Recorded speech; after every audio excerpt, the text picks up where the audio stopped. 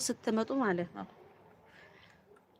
እህቴ እንኳን ብላችሁ ብድር ስትጠየቁ እንዳታበድሩ። እውነቴን ነው የምላችሁ። ከአረብ ሀገር ገና እንደመጣችሁ እናንተን ብድር የሚጠይቅ 10ም 5ም ነፍ እንጭቅ ሰው ነው።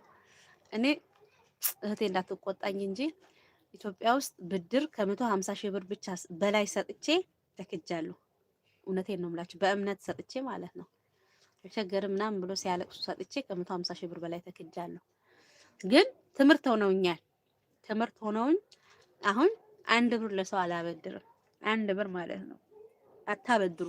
ኢትዮጵያ ውስጥ ላለ ሰው ከኢትዮጵያ ወደ ኢትዮጵያ ከመጣችሁ አታበድሩ። እዛ ሆናችሁ ቢያንስ ስለምትተኩትም ላይቆጫችሁ ይችላል። ግን እዚህ ሆናችሁ ስለማታገኙት ስታበድሩት እናንተ ተቸግራችሁ እያሉ የተበደሯችሁ ሰዎች ፊት አይሰጧችሁም።